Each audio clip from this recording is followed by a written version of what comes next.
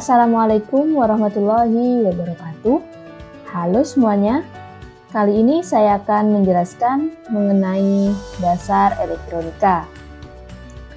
Namun sebelum kita belajar lebih dalam mengenai dasar elektronika, kita harus ketahui terlebih dahulu tentang kompetensi dasar, indikator, dan tujuan pembelajaran pada kali ini. Berikut adalah kompetensi dasar, indikator, dan tujuan pembelajarannya.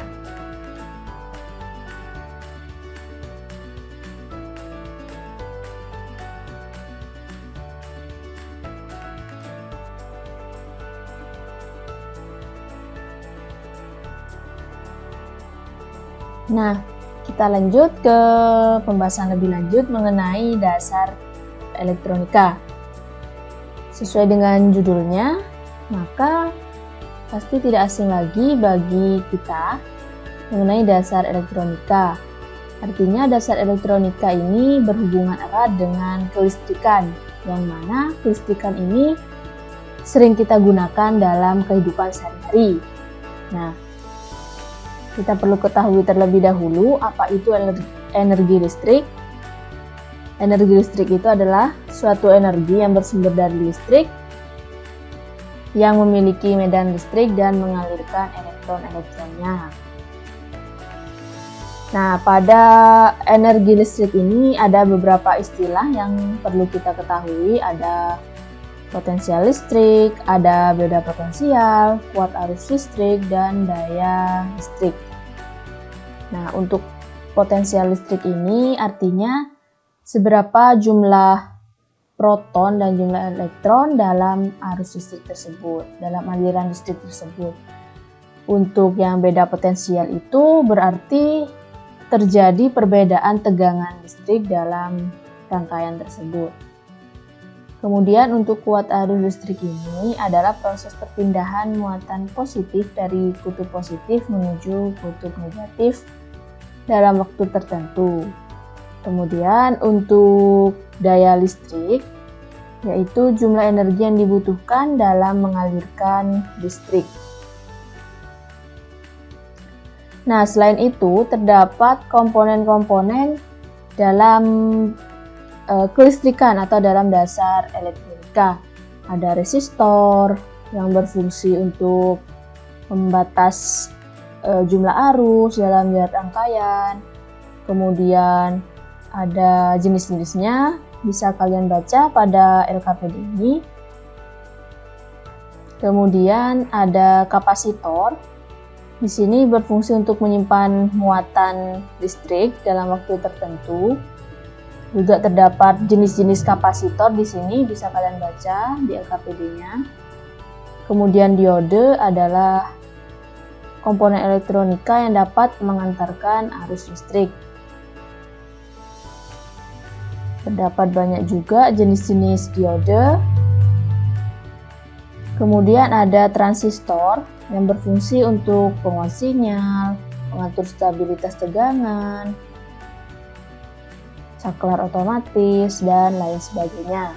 Juga terdapat jenis-jenis transistor pada LKPD ini. Kemudian yang terakhir yaitu IC atau integrated circuit. Artinya di situ ada sebuah perpaduan atau perkumpulan dari transistor, kapasitor, dan resistor yang terdapat dalam satu tempat. Artinya kompleksitas sebuah fitur dari beberapa jenis komponen elektronika. Seperti itu. Ada banyak juga jenis-jenis IC di sini. Bisa kalian baca-baca sendiri. Nah, kemudian sesuai dengan tujuan pembelajaran kita akan mencoba membuat sebuah rangkaian listrik yang sederhana. Tentunya menggunakan aplikasi Proteus 8 Profesional. Bagi kalian yang belum mempunyai Proteus, bisa kalian unduh dan install terlebih dahulu. Bisa kalian unduh di link yang sudah disediakan di LKPD ini. Kemudian kalian bisa melakukan instalasi. Bagi yang sudah mempunyai Proteus, bisa langsung dibuka Proteus 8-nya. Kita akan mencoba membuat sebuah rangkaian listrik yang sederhana.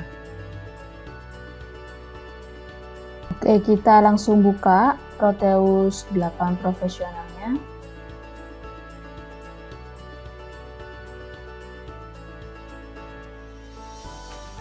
Masih loading ya. Nah, ini sudah terbuka. Kita membuat new project.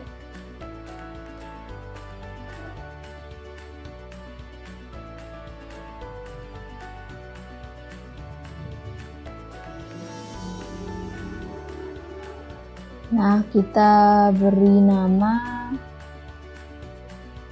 rangkaian listrik.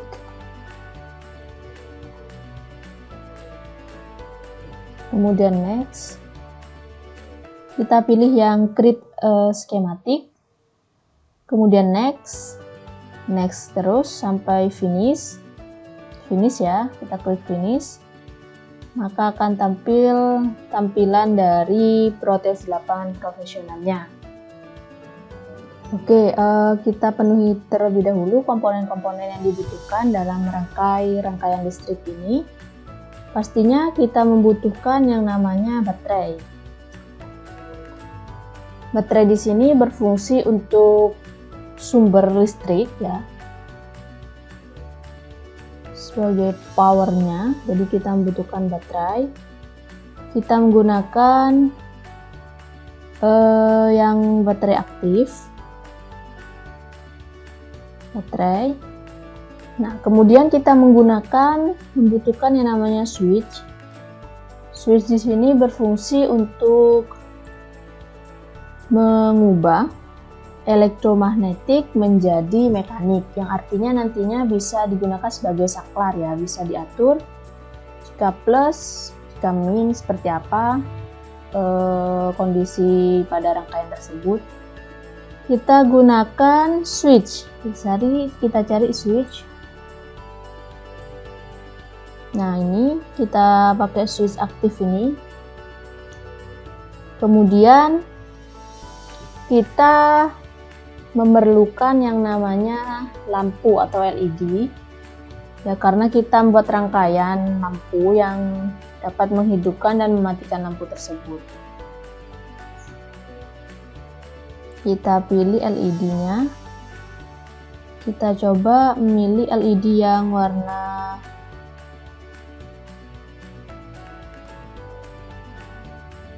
yellow biar kelihatan ya nantinya hidup tidaknya.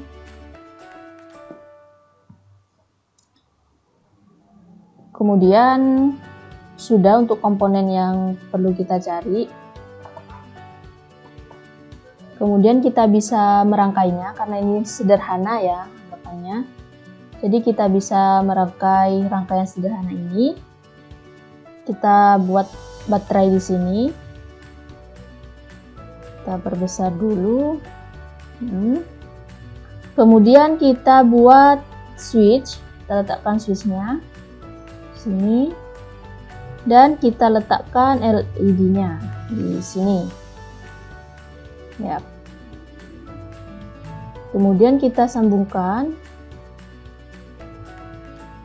Tarik dari switch ke LED, dari baterai ke LED. Oke, ini adalah sebuah rangkaian sederhana ya. Kita ubah ini menjadi 5 volt saja. Kita ubah menjadi 5 volt seperti ini. Kita coba dulu ya, apakah rangkaian ini bisa hidup atau belum. Kita coba. Nah, bisa hidup ya. Rangkaian listriknya bisa hidup jika kita on-kan, kita high, maksudnya kita on, lampunya menyala, dan ketika kita off-kan atau kita low, maka lampunya mati. Seperti itu ya. Oke, karena rangkaiannya sudah bisa berjalan atau bisa hidup dan mati untuk lampunya, maka selanjutnya kita menghitung seberapa besar kuat arus listrik yang mengalir pada rangkaian tersebut dan berapa tegangan listrik yang mengalir dalam tegangan tersebut. Nah, di sini kita menggunakan yang namanya ampermeter sama voltmeter. Ampermeter itu digunakan untuk mengukur kuat arus listrik dalam rangkaian. Sedangkan voltmeter digunakan untuk mengukur tegangan listrik dalam rangkaian.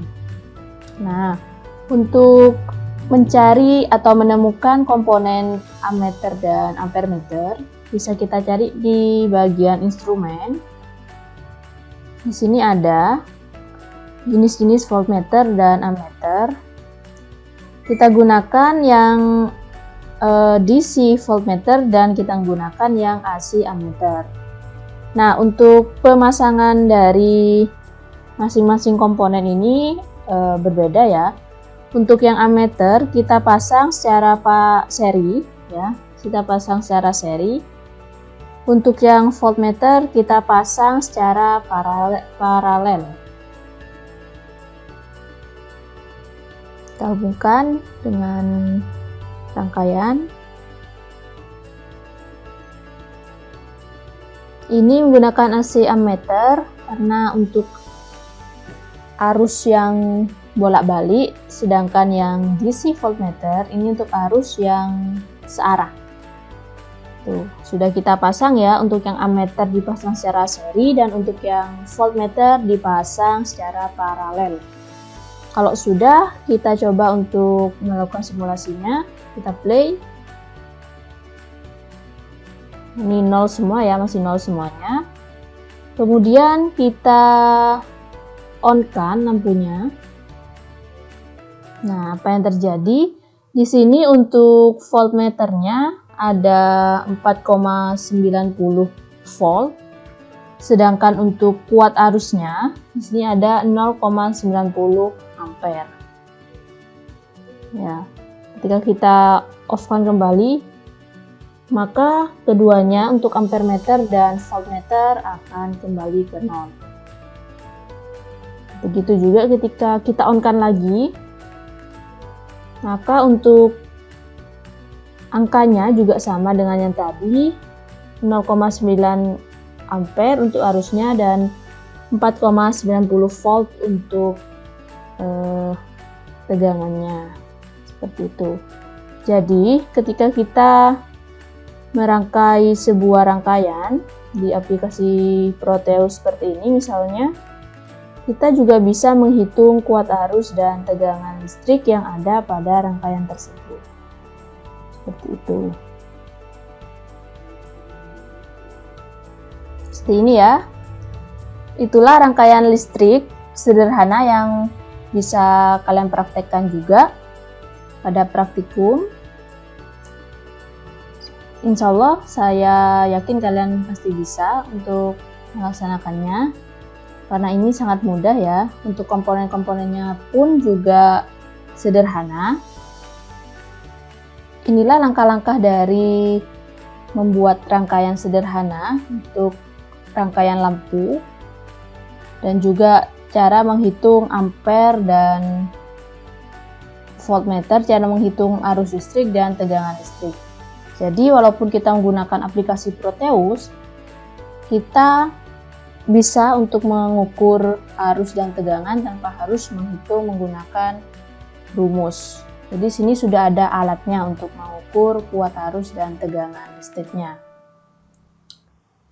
Oke, mungkin itu saja untuk kali ini ya, untuk praktikum kali ini, untuk materi kali ini. Kalian bisa mencobanya di Proteus masing-masing. Semoga ilmu yang kita pelajari pada hari ini bisa bermanfaat. Mohon maaf jika ada salah kata dari saya. Sekian, wassalamualaikum warahmatullahi wabarakatuh.